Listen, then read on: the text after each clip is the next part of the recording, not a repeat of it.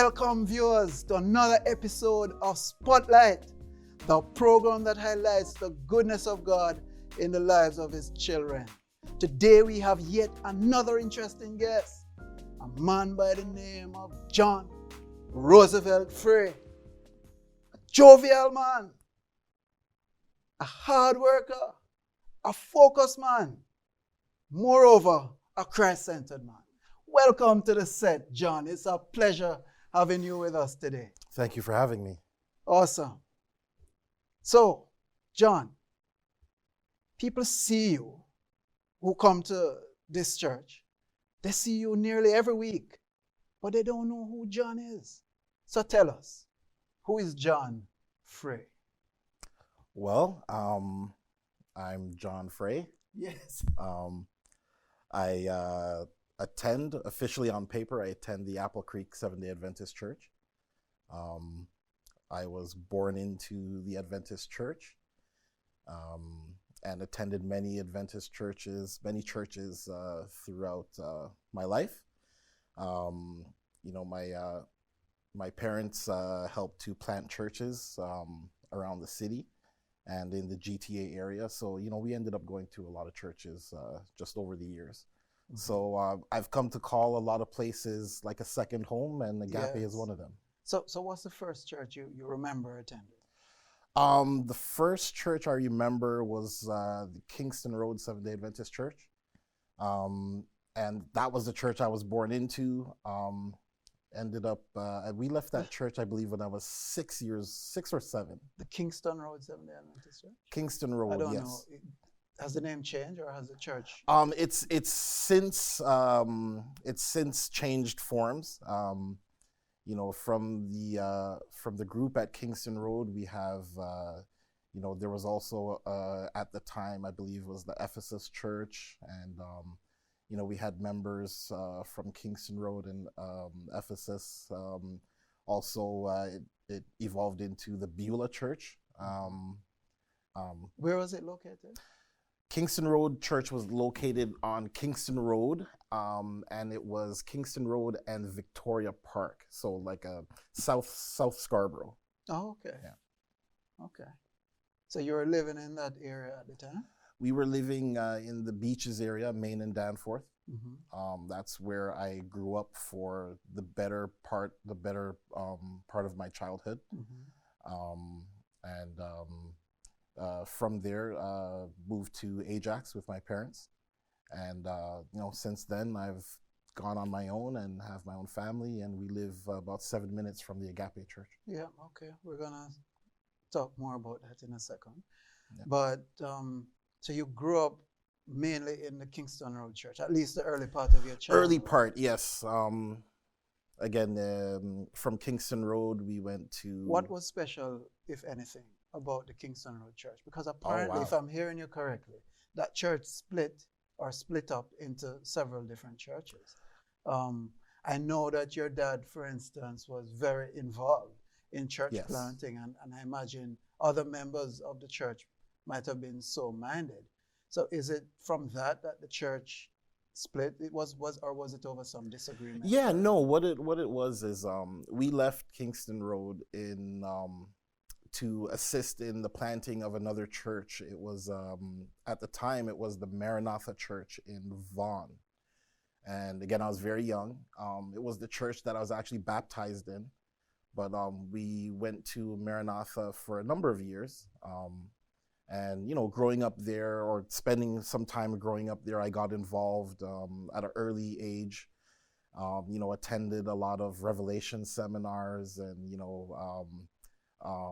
church programming, crusades, tent crusades, evangelistic series, all of that good stuff.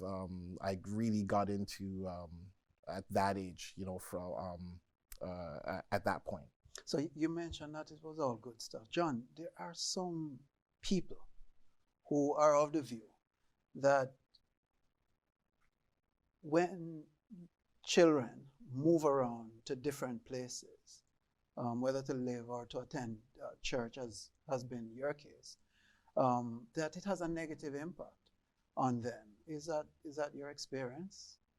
Um, having been to so many churches while growing up? I would say no negative. No, I would say it was quite the opposite. Um, Moving around to different churches growing up, it it allowed me to meet a lot of different people, Mhm. and it allowed me to make connections with people that even still till this day in in my adult life are still the connections that are the strongest in my Mhm. life. Mhm. Um, had it been the other way around, had it been something, I don't think I would have been the same person All right, right, without those right. connections. So were you active in church while growing up? Very active, yes. Mhm. Going through again, growing up in church, I've done many things from I served on the AY department, youth committees. Mhm. I was involved in music, or am involved in music. I played drums. Started playing drums in church, Is that at and Ephesus that you're playing? that was at Latter Rain SDA. Right. Was when I started playing drums. Mhm. And being there, a small church, it gave me the opportunity to kind of do what I like. So Mhm. they let me bring my drum set to church, and Oh, you you brought know your own drum set. brought my own drum. My parents So, indulged me, so bought me a drum set, yeah, and instead of making noise at home, I made noise at church. yes, So yes, yes. So that was a payoff. so that was the payoff. That was the Yes. trade off, right? So that the music really kept me involved in church. My Mhm. friends were, most of my friends I knew from church or from school. Right. So, but how, John, did you get into music? Because, I mean, not every child is interested in music, and music for some seem to be so difficult, and yet appealing for many others. How did you get involved? Um, I got involved just, I guess, it was a result of hanging out with the people that I hung out with growing up. A lot of my friends were very, very musically inclined, and it just, it caught on. Coming up in Crawford, I went to Crawford growing up, and I played in the band there. I played saxophone, and I played percussion in band. And after giving that up for gym class, I kind of stuck with it outside of school. Yeah. And it was because like my friends were also interested in it as well. So aside from school, we'd be hanging out at somebody's house, banging on the pots, or Ah. playing stuff, whatever instruments we could find, we were getting into. So So, like the typical active child, you gave up music, saxophone, even for gym class. for gym class, Yes, absolutely, yes, yes. absolutely. But here you are today, a musician, even at the Agape Church. You're still into music. Uh, so, are you able to play the saxophone now? No, No. I don't think I'd be able to pick up a But you're able to saxophone. do all the things you learn in gym class, right? Most of the things, I don't Yeah, know. yeah, It's even been a while, but yes. for gym class, I but mean, you give up saxophone for gym, you know? well, it's at the time I thought it was a great idea because Yeah, the gym grades just seem to come easier. yeah. So Okay. Smart, so smart, there you smart. go. Right? So now you don't play drums. No, You play the not anymore. bass guitar at Agape Church. I play the bass guitar. Yes. Yes. Yeah, I picked up the bass guitar my last year of high school. Oh, One of my close friends from school, from Crawford, he played bass, and he plays almost everything till this day. And he was the one that really put me onto the bass, and I just picked it up, and I haven't looked back since. mm. Yeah, The bass rang a certain note with you. yeah, it stays with me. Yes. It's I love it as an instrument. Okay. So you mentioned earlier that you have a family. I Any have a of family. well, tell us about your children and your wife. My wife, Trista, also she attends the Apple Creek Seventh Day Adventist Church. That was her church since forever, since birth. My kids, I have two boys and a girl. The boys are 16 and 9, and my daughter is 7. Okay. Are they into music? Any of them musically inclined? They are, well, they're getting into music. We have them in different musical activities right now.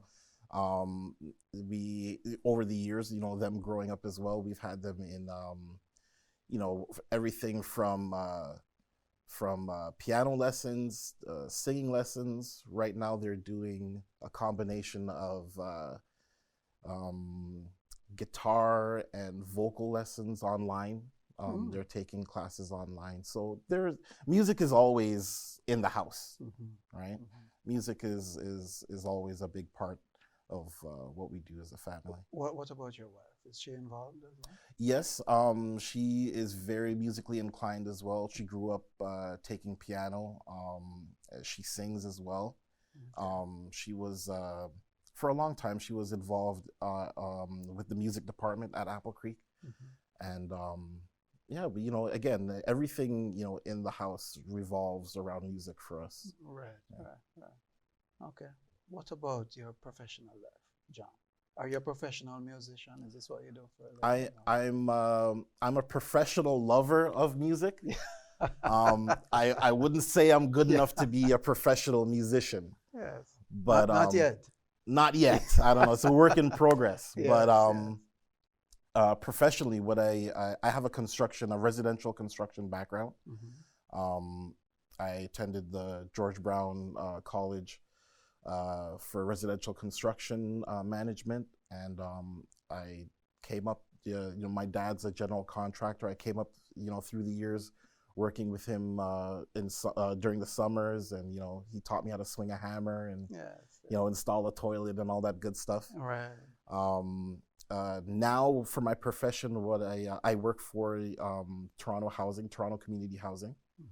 And I'm a part of the plumbing department there, the plumbing maintenance department. So basically I supervise plumbing maintenance for the rental properties on the west end of the city of Toronto.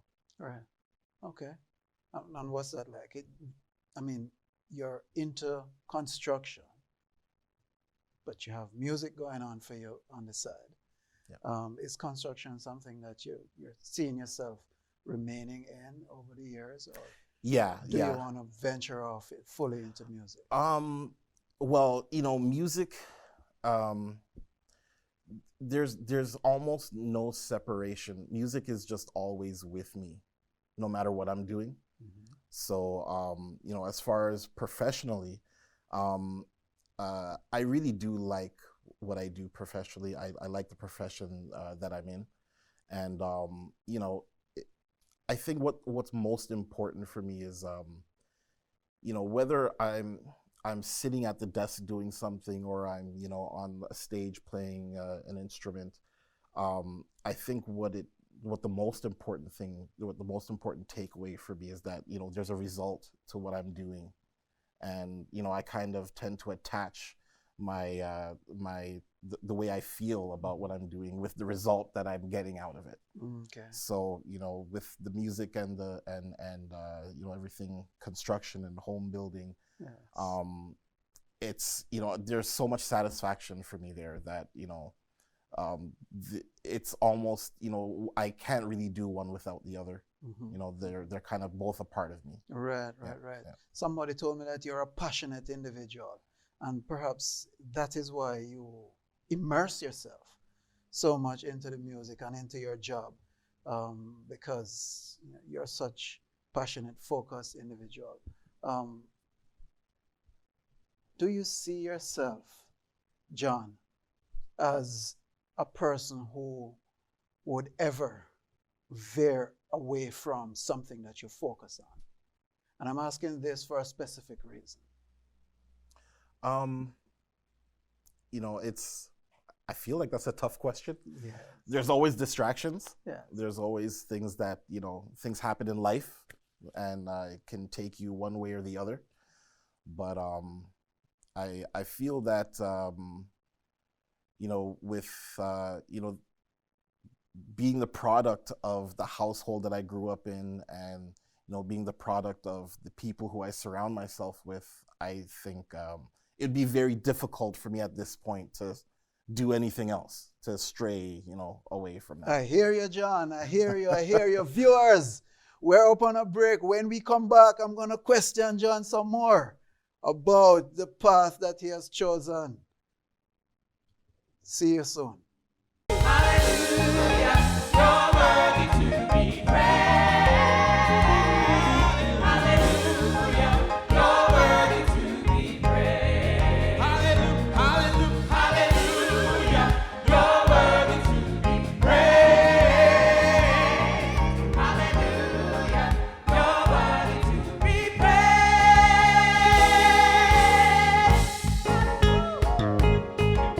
Woo!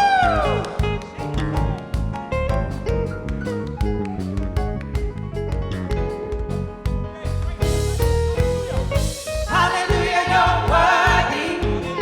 Hallelujah, we praise your name. Hallelujah, so worthy.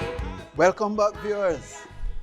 If you're just joining us, today we have on Spotlight John Fray, a man who loves the Lord, but a man who isn't perfect by any means. An interesting interview so far. So, John, before the break, you're telling us that and by the way, viewers, I must tell you this. During the break, the cameraman said that John seemed to have a halo over his head. And that's because he was born on the church bench. But John, tell us, have you ever strayed away from the teachings of your parents growing you up in the Lord? Or have you walked the straight and narrow perfectly, like none of us have? I don't think I can say that I've done that perfectly. Yes. I've tried my best. Mm-hmm. There have been hiccups along the way. Mm-hmm. My dad at one time would have loved to see me become a preacher, Yes. but I'm not preaching. Yes. But I try my best, I think with anything else. So do you, sometimes parents put on children a kind of a role, a hope, an expectation even, that they will go a certain path or walk a certain way. How difficult was that when you decided that you weren't going to become a preacher? How difficult was that for you and for your parents? Is it something that you had to sit down and have a frank conversation about, or did it just evolve away from that dream? I think maybe it evolved away from that. Mm-hmm.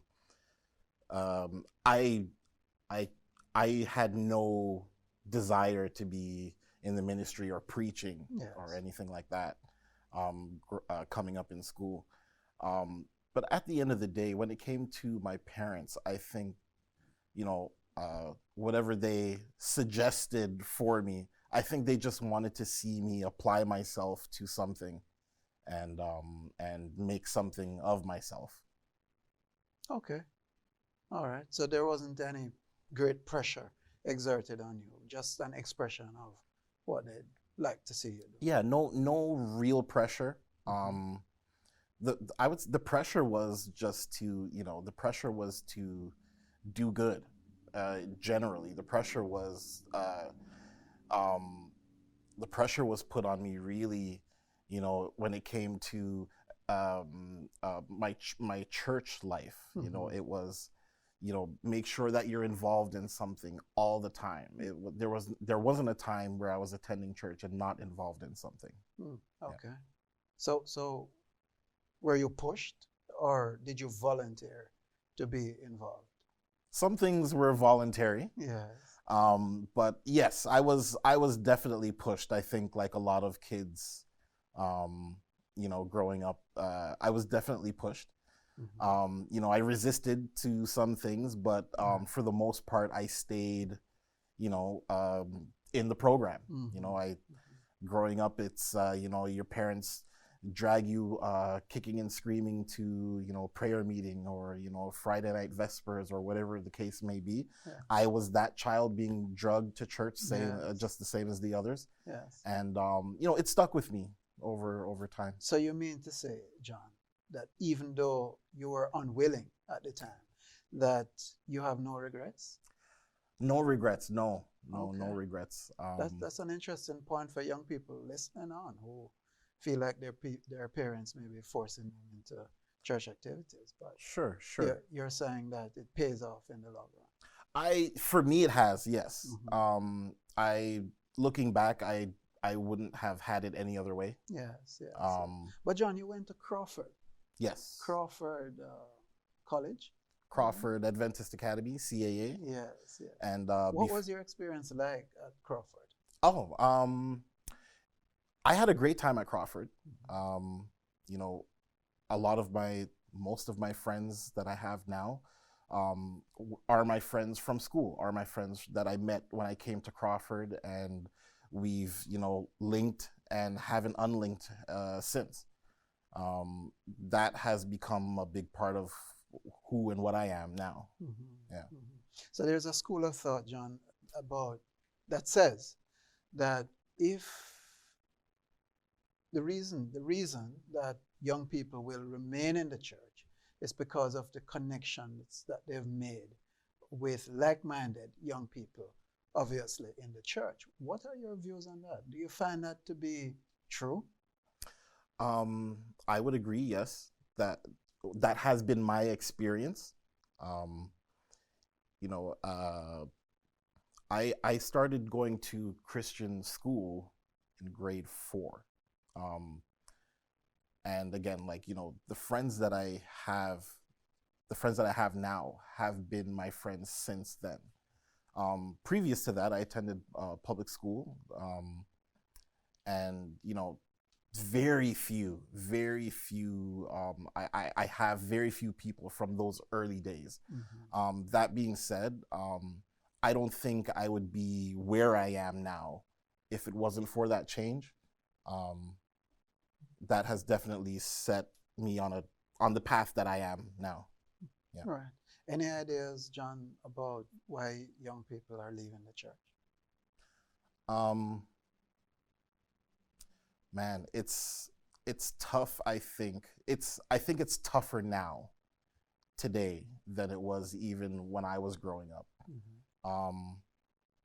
That being said, I think it's harder for parents to navigate the social climate, society's influence inside the home and on their children, and I think that comes into play a lot more than it did even when I was growing up. Right. So that being said, I parents have a hard time, Yes.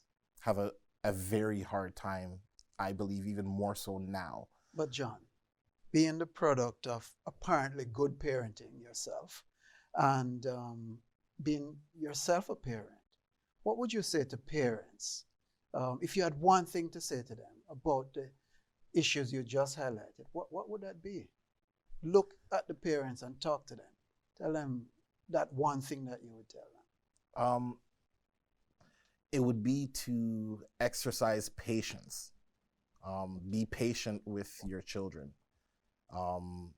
Try not to be quick to anger. I know that's an issue that I have, but I find that the response is better.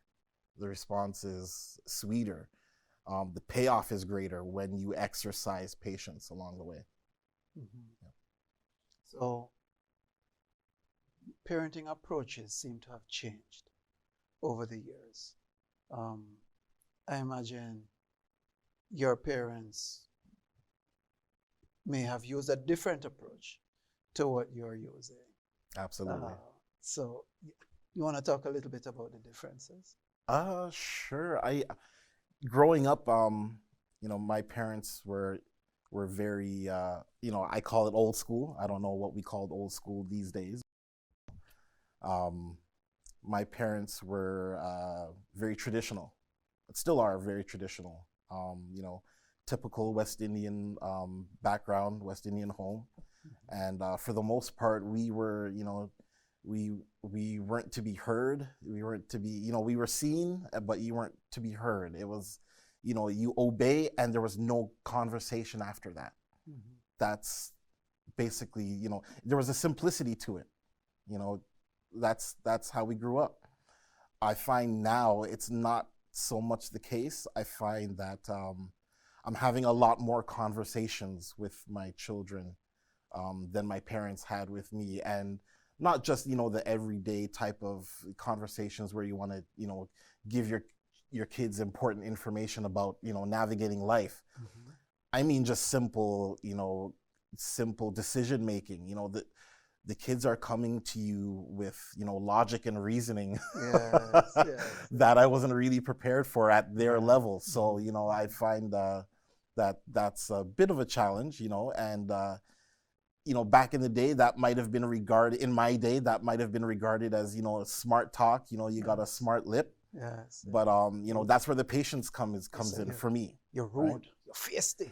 Absolutely, right? So with that being said, when I give an instruction to the kids now, and then there's a response where it's not immediate obedience. They're coming to you with a question.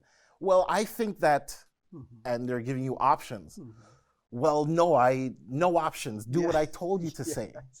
But you got to remember to be patient, and so that's a little bit of my struggle. But I find today that it's not as straightforward as it seemed to be when I was a child. Right.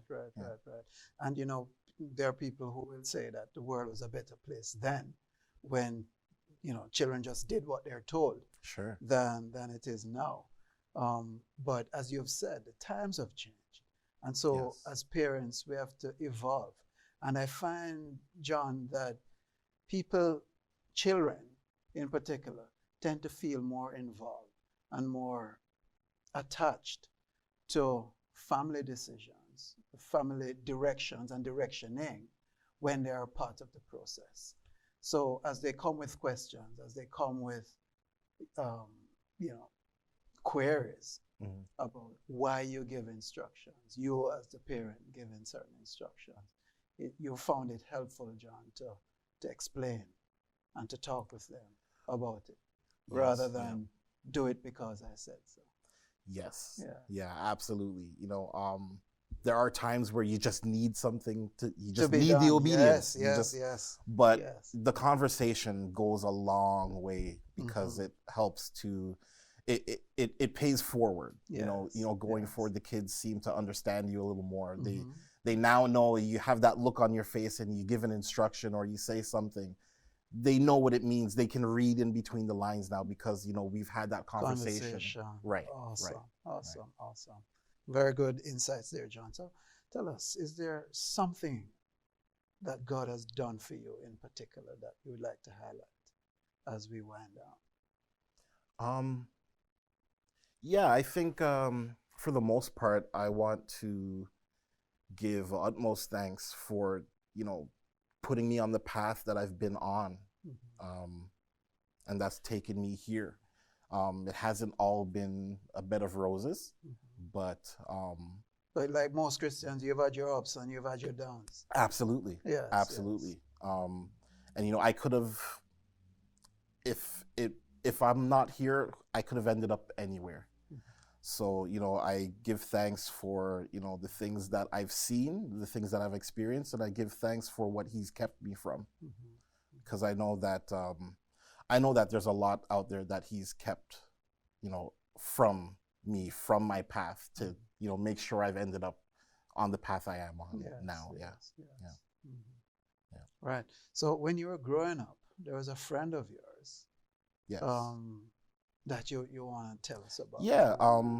Well, part of, being on that path to lead me where I am now, it's funny. So before I started attending Christian school, before I attended Lena Brown, I was in public school, up to grade 3.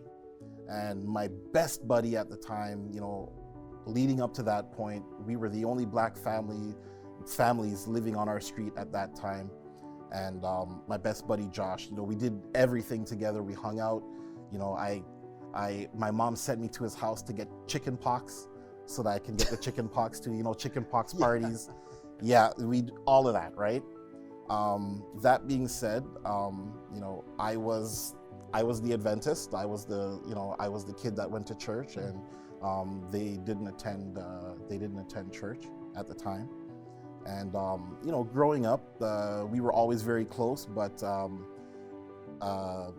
there came a crossroads where my parents decided that they were going to send me to Christian school, and they shipped me off that fall. But we went to another school. And growing up, Josh and I, we kind of lost contact, but we would always see each other, in passing over the years, and throughout elementary school, throughout high school. And